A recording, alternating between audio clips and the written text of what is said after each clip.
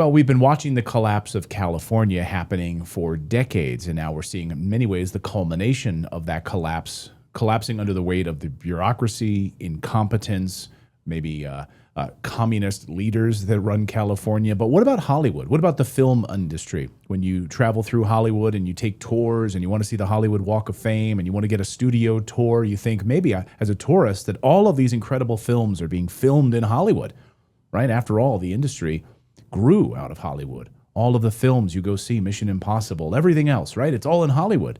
Not so fast. Is Hollywood collapsing in the same way that California is collapsing? Well, James Agnew is a producer, screenwriter. He went viral a few weeks ago during an interview because he works in Hollywood, lives in that area, and talked about what is coming to Hollywood, how basically you can't really film anything there anymore because of the bureaucracy and weight of it all. Everything you're watching on television is pretty much filmed elsewhere. So what is left? Is Hollywood gone? James joins us now to talk about this. James, great to see you. Welcome to the show. Thank you. So and you're not an anti-Hollywood guy, we should be clear. You've got two films coming out very, very soon, right? Yes. I guess, so this is not like you're kind of stepping all over California. You live in California, you live in Burbank, you're from that area, but you've been watching this deterioration with your own eyes. Maybe you can kind of step back a little bit and give our audience a frame of reference on what's actually happening there and where you came from. Yeah, I've been in the film business since I got out of college, and I grew up in the LA area, so I kind of just ended up in it. If I'd lived in Detroit, I probably worked on an assembly line with cars. But it was just there. I ended up in it. I've been in it 30 years, and producing and writing, and I've done a lot of films with pretty big name actors. I've worked with Adrian Brody, Anthony Hopkins, Nick Cage. So I've made a good living doing this. But the decline in just LA alone in California has been really, really just it's gone off the cliff the last year or two. But the thing is, it's become part of the zeitgeist. People are talking about it a lot now, but the decline's been happening for 15 years. I produced a film in 2013 that was in Alabama, the first film that was shot there with a new tax credit, tax incentive. I'll just call it incentive. I don't want to get too much in the weeds with that stuff, but it's been happening for a very long time. Suddenly people are talking about it. But the big reason, and this is one thing that people don't understand, the big reason California, no one shoots here anymore in LA or California, is that our tax incentive program to keep productions here, which this is the heart of the film industry and TV industry, is not competitive with any other state. It's full of bureaucracy. It's just bogged down with there's a job ratio system, which no other state has, which I don't want to get too much into that because that's really complicated. And above the line costs are not applied, which means that you can't get a tax incentive on actors, directors, writers, those kind of people that are not crew. Every other state pretty much in the country allows those things. So California has a non-competitive system, and right now the state wants to double down on the money, go from $330 million a year to like 700 and something, but not change it to be a competitive system. So the way it's kind of structured is it only works. The people who get the money because this job system is that studios use the people who don't need the money get the money. So that's the big problem. And it's kind of pushed all the independent films, a lot of TV shows, everybody's gone other places. I remember hearing about Rob Lowe. Rob Lowe was on a podcast recently talking about, it's really sad. You walk into these studios now, and they used to be hustling and bustling, golf carts going everywhere, productions happening in this giant hangar over here, and over here is a big film being filmed. This TV show is over in that hangar over there. Now it's kind of like a ghost town. There's just sort of like tumbleweeds rolling through. And even his own show, his own television show is like a game show, I think, was even filmed. They found it to be cheaper to fly the entire crew and cast out to Ireland to film the game show rather than work in Los Angeles. Yeah, we just did that on a film 2 years ago. I produced a film.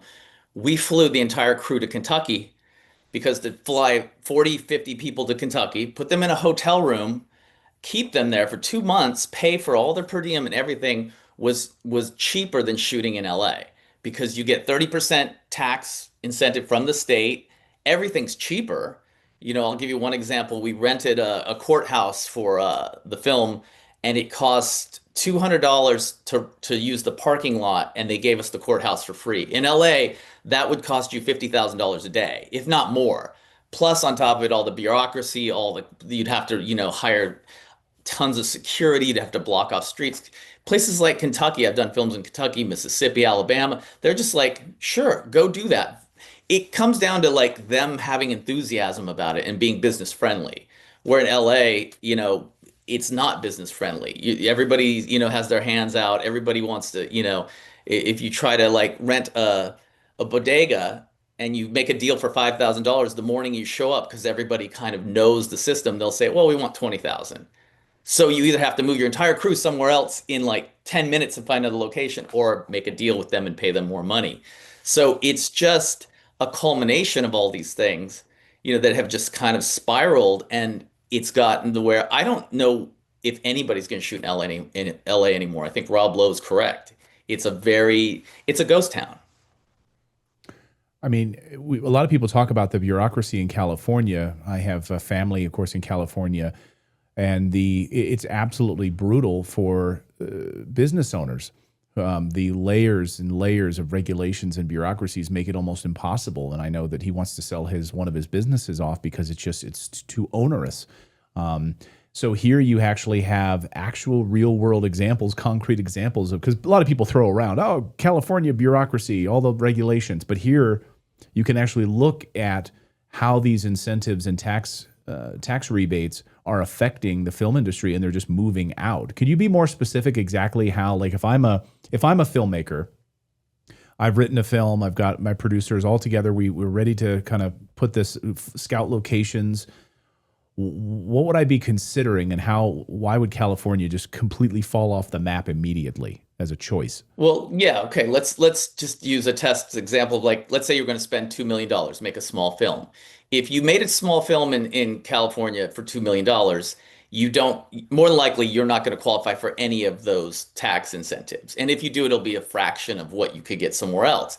Everything is more expensive, equipment's more expensive, gasoline is more expensive because producing a film, you use a lot of fuel. You have generators, you have trucks, you have things you have to move. So that's also more expensive. You also have you're right at the heart of the unions. And sometimes, look, you have to use unions to make films, but, sometimes when they show up on the set the first day of filming and they're like, okay, that guy can't press that button to make the smoke on the set, you got to hire another guy just to do that, so you have them right there, and equipment's more expensive. Now, if you take that same $2 million and you go shoot a movie in Kentucky, everything's less expensive. It's a right to work state. You can do so many more things. And at the end of the day, the state will give you, on everything you spend, actors, everything across the board, they'll give you 30% back. It's 25 to 30, but it's usually about 27 because some things qualify differently. But just to make it easy, let's say 30%. So if you spend $2 million in Kentucky, when your movie's finished, you get a check for, $600,000 from the state. And they Wow. give it to, and I just did one of those, and it was so easy to deal with. We just filled out paperwork, you get approved, you show that you have the money to make the movie, and when you turn in all your paperwork, they audit you and they give you a check. And it's like that. So your $2 million movie now only costs you 1.4. And the margins in selling films right now, you can still make money in the film business, but they're getting tighter and tighter. So that's why no one shoots in California, because it's not competitive with the rest of the world. Well, I was in LA just a few weeks ago, and I took my son there, and we were driving through Hollywood, and he wanted to see the Hollywood sign, so we drove through, and we were up in Burbank at one point. I was showing them in different studios, and you're seeing the Warner Brothers studio and all of that, and then you're down in Hollywood looking at the Paramount studios, and you see the famous water towers, and it's exciting. You see the big billboards everywhere for Mission Impossible, Tom Cruise, Mission Impossible films. But none of that really is being done there at all anymore. Am I right? So all of the mystique, you see pictures of Batman everywhere. There's all of that, the famous Hollywood movies, and Yeah. it's all a charade at this point, isn't it? Yeah, I mean, even Marvel, you look at, they're one of the biggest companies who make the highest, budgeted films. They shoot in London, they shoot in Georgia, they shoot places where it's easier for them as a business. And this is one thing that I've been saying too, is like, the issues on with the film business are not, Democratic or Republican. We have a across the board representatives in California who I think don't understand business. You can take every other issue out. I think our state legislature doesn't understand it. The governor doesn't understand it. Our city council doesn't understand it. None of them are business people. And that's the example is like instead of fixing the incentive program, bringing people back, they just want to double the amount put in it, not change anything to make it more competitive. And another example is that the city of LA has put this new initiative in to like bring back production. And it's the equivalent of like putting a band-aid on a shotgun wound. They're bragging about what they're doing, but in practicality, it may save you 0.01% of your budget. They're like, we're trying to streamline permits. It doesn't, no one's gonna go, oh wow, we could save, $2,000 instead of getting $300,000 back from Kentucky or 600,000. It doesn't make sense, but yet they go out and I don't know if they understand business or just don't care. It's one or the other because their solutions lack creativity, which is ironic in a city full of supposedly creative people.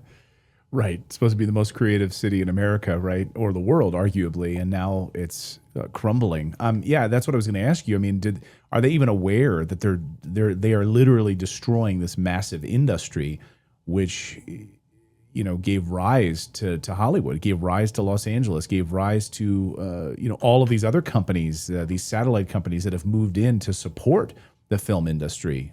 Do they realize they're killing it? I don't know because the other example I gave in the other interview I did was our one city council person in LA is Nathaya Raman. Raman, I don't know how to say her last name, but she represents Hollywood. Her husband is a big TV and writer and producer. He does his shows in New York and other places. He doesn't shoot in California. So if the LA city council person whose husband goes other places to shoot films, what do we really think she's going to step up and come up with some solutions? No, they've like given up. And I think there's also it's been a little bit of a mirage too the last few years because Netflix spent a lot of money.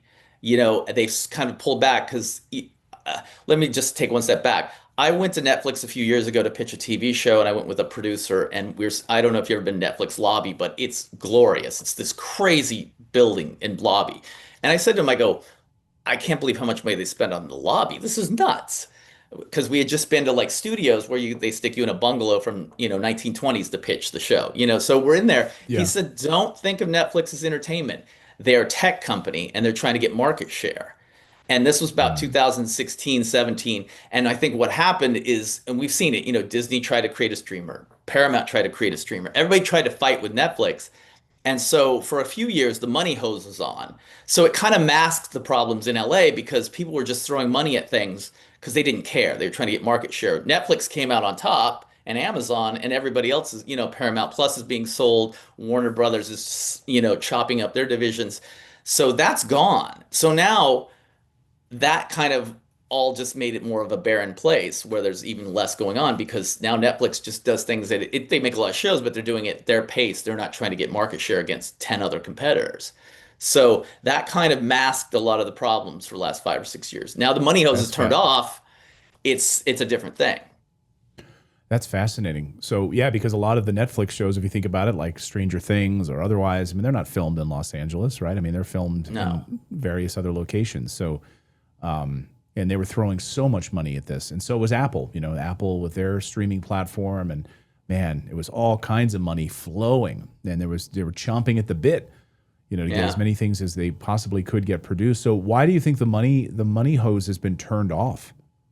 Well, first of all, I think Netflix just won that war with the streamers. So there's not as much competition. So they're like Netflix and Amazon. There's not a lot of places anymore to like even pitch shows or sell shows. And TV is down. I'm in the Writers Guild. They just sent out something that said TV jobs are down 40% in the last 2 years. So that was because that whole market share thing, that's why we saw a lot of shows in the last 3 or 4 years or 5 years that kind of were bad TV Yeah. shows because they could just make whatever. It was about market share. It wasn't about quality. So now everything's contracted. The margins are tighter. So it's like no one cares anymore about anything except trying to make money and you know we hear a lot of DEI stuff about the film business. I think that's completely gone because no one cares anymore that it's more about survival now. You know, and the film business is still you can make money and you can do things, but you have to be smarter than ever and the margins are tighter than ever. Do you? So, you and I spoke a couple of years ago, and I won't tell our audience what we talked about, but let me just ask you this, I guess, kind of flat out. You said DEI is gone. This has been a big concern for people who, don't want to. They want to sit back after a long day of work, and they want to flip on a show with their spouse, and they don't want to be preached to or lectured to or 3 episodes in, suddenly you've got a trans character that's making out with a, whatever. And you're like, oh my God, there's those memes that go around on Instagram where, you start a new show and you're hoping that it won't be woke or there won't be DEI. And then suddenly it just, and you flip it off. It descends into chaos. So you stop watching TV altogether. So do you think we've turned a corner? Disney just, with their Snow White collapse, their disaster. We've seen these films that are in production for a few years that are still kind of trickling out. Can we be hopeful? Like, is this really done? Is the DEI era over in Hollywood? I think so for the most part because again, even when DEI was very strong, and listen, I heard it several times to my face. I'd love to hire you, but you're a straight white guy. I can't hire you for this job. Many times. I'm not going to go sue people and make a big deal about it because I've been in the business a long time. But I think it's pretty much over because even when that was going on, I said, look, at the end of the day, it's still going to come down to the most important color in the film business, which is green, money. That's, because it's still a business. And I think because like I said, the thing with Netflix and these streaming wars, it was easy to kind of put the business aside and be like, we just got to spend money. We just got to make as many shows as possible. So the gatekeepers were allowed to do whatever they wanted. And now I think it's contracted so much that, now it's okay, because I hear people say it to me all the time, do you got any they call them populist ideas. Do you have any populist ideas for a TV show? Now that those conversations are happening, and it's Wow. not that it has anything to do with anybody's gender or sexuality. It's just more, what is the broader audience?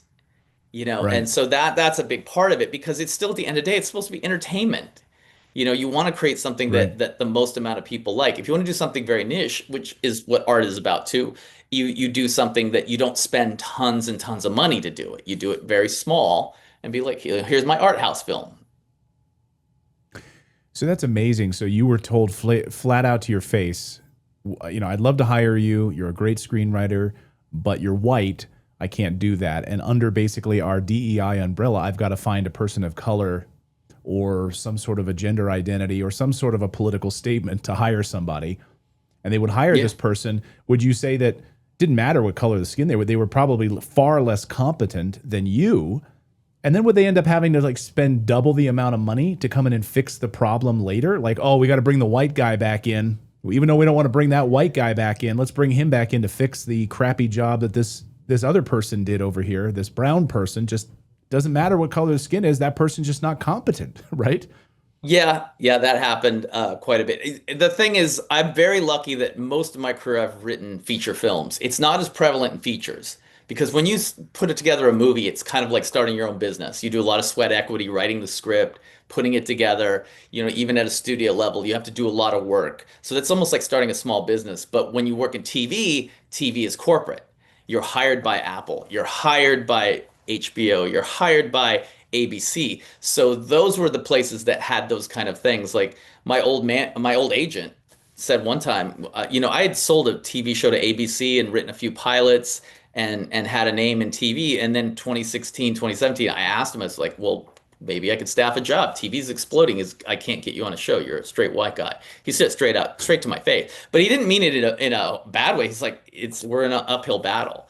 So, but I think most of that's over now because it's all about just really, coming to the table, making something that's successful financially and creatively. Yeah, I mean, these audiences are voting with their wallets, right? So Yeah. you make a movie like Snow White or you make these other sort of DEI films, people see right through it these days and they're sick of it. The audience is sick of it. At the end of the day, you're making these films for entertainment for people. And if they're not going to take their families to see this stuff. Yeah, yeah, I really I think so. I think it's gotta because it's self-preservation at this point. It's just like the same way. The film business is filled with a lot of people who are, I would say, working on a movie or working in the film business like being on a pirate ship. You all get on a ship and you have the same goal, but the second you turn around, somebody's going to kick you overboard and take your gold. That's kind of how it works. But it's also filled with a lot of very intelligent savvy people. And that's why they've shifted to shooting things in Europe, shooting things all over the place. Because if you go to Bulgaria, I know one big producer who's doing everything now in Hungary, Bulgaria, that part of the world, and he's like, it's so easy to shoot here. We pay minimal pension and health because they have universal health care. We don't have to deal with problems. People want to work. They're very, enthusiastic. They've got great crews. And he's like, I don't need the hassle of shooting in America. He's like gone completely, not just LA, like America. He doesn't want to film in America ever again because it's just a headache. So he's like, it's so much easier. Everybody's, just more amenable to getting the product done and they love the work. And you were right. I mean, this has been happening for decades because I can remember hearing about all of these productions happening in Vancouver back when, like Smallville. Like you think, oh, Yeah. they're going to film this, Superman show in Kansas, Smallville, Kansas. Nope, filming it in Canada. X-Files, famously, all through Vancouver. The Killing, another a show that I loved, all filmed in Vancouver. I mean, the list of Vancouver shows, even Deadpool, Vancouver, Canada. Like, what's Yeah. Canada got going on that the United States doesn't have? Yeah. Well, that's been going on for a long time, but it's just accelerated like the last 10 years, because all the Yeah. other places, like I said, Georgia, Alabama, Mississippi, Kentucky, New York, even they all like looked at what LA was kind of not doing and they did it. And it's for the last 15 years, they all have created these programs to basically steal all the work away and the productions. And Europe too. Every European country across the board has incentives, some up to like 50% if you do it right. In Wow. Austria, I think right now, if you do in certain regions stuff, you can get 50% of your money back. Well, California for the last 15 years hasn't done anything to change it. We just kind of, that's why I'm so upset, is we just kind of sat around and just looked at ourselves. Our representatives don't have any creative thinking. They're just like, well, oh, now we should do something. And the solutions are not going to bring anything back or fix anything. Do you think there's any way that California could come back, Hollywood could come back, or is it too far gone at this point? Are we going to see I don't know. Paramount, this massive, if you drive through Hollywood and you see this massive Paramount Studios, which is like many, many blocks long. It's beautiful, guard gates and palm trees and water towers. Like, will that be torn down? Is Paramount going to pull up stakes? Is Warner Brothers going to pull up stakes? Or are they all going to just say, well, we're getting out of Dodge? Yeah, I don't know. And I was born in LA. I've lived here my whole life, so I really have an affinity for the place. I don't want to see it, burn down or destroyed or fall apart. But just in the last few months, a whole group of like legacy restaurants that have been around like 80, 90 years have all shut down. And because of commercial rents and things like that. And if you drive down Sunset Boulevard right now, I used to live right off Sunset. It was just, 20 years ago, it was crazy. The businesses Yeah. everywhere, bars. You drive down and now half the buildings are shuttered.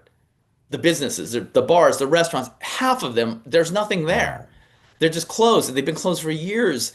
And I just think that like I said, the biggest problem with this state is it's got a lot of problems, but I think we have people, representatives across the board who have no understanding of business. They're so caught up in so many other things. And look, I come from a lower middle class background, so I know what it's like to not be able to pay your bills and be able to pay your rent. So if they can't take care of those things, it's going to get worse and worse, and that's when we're going to really have a lot of trouble in the state because there's a lot of people hurting and they don't have solutions. Like, I don't know why we don't do, 2-year rent control on commercial properties. Freeze the rents on commercial properties for a year or two. Sustain the small businesses that are getting pushed out because small businesses are closing everywhere because the rents become higher. Their leases end and then they get hit with like, double the lease and they just shut down. So it's like they're not doing anything to no steps are taken to fix any of that stuff. And that's what concerns me. Because I'll say one last thing. When I went to Kentucky and produced the movie, the first thing someone said to me on the crew who was from Kentucky said, do you know why we just started our tax credit? Because Kentucky's only had it 2, 3 years. I said, why? He goes, because Andy Bashir wants to run for president in 2028. And I didn't even know who Andy Bashir was. And I go, who's that? He goes, the governor. And he goes, that's why we're doing the tax credit right now. He wants to build up the economy of the state so he can show it as, look what I did when he runs for president. Let's Yeah, see the if he was sad thing right. about yeah, we'll watch. I guess we'll watch and see. I Yeah. mean, this hopefully in Kentucky you can also find the money in the gold in Fort Knox also, if it's there or not.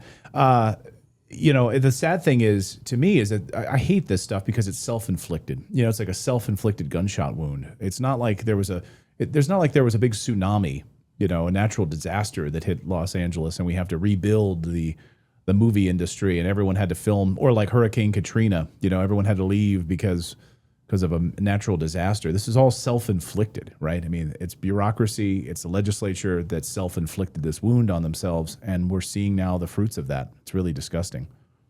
Yeah, yeah. Like I said, I try to look at I'm very populist and very pragmatic. So it's like, okay, let's just put all the social issues that this state fights with itself and the rest of the country aside, and how do they make the place better? How do they fix the economy?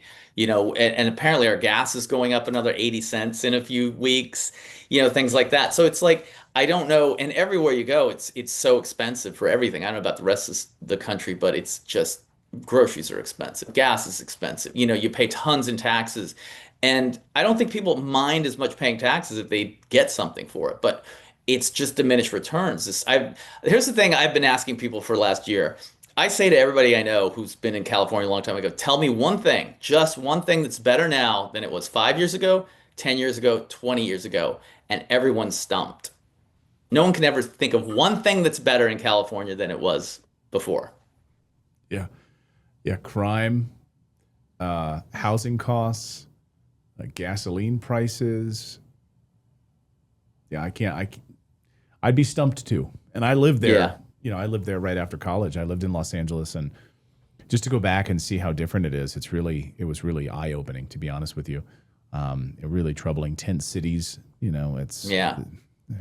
Again, self-inflicted. It's still got 75 degrees temperatures and sunny pretty much every day. So it hasn't been a tsunami, Yeah. self-inflicted.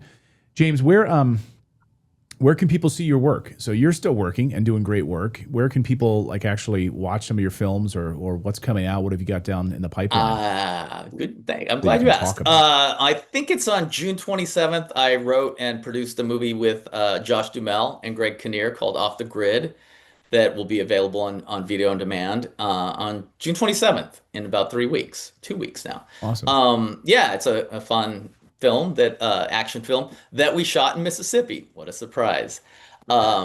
Yeah, so yeah, Josh Duhamel's a great guy. He's just this badass action hero in it, and it's just fun. Doesn't have a lot to say about politics or anything, but just some mayhem, and it's just a fun movie. So And that's what we want, that's to me what summer is. Like mayhem. I don't need you preaching to me about politics and your ideology. I want to have some fun. I want to sit down, have some popcorn, and watch it with my family and have a laugh and see some great action. That's what my summers were growing up. And man, it descended into preachiness a number of years ago. So great to hear that. What's the name of the film again? it's called Off the Grid. Off With the Josh Grid. Duhamel. Yeah. Josh Duhamel and Greg Kinnear and Off the Grid. So yeah, We need they to just put out a trailer for it. So we need to all go off the grid. James, great to see you. Thank you so much. Great to connect with you again after all these years, and continued success, and give my love to the family as well. thank you. Thank you. So good to talk to you.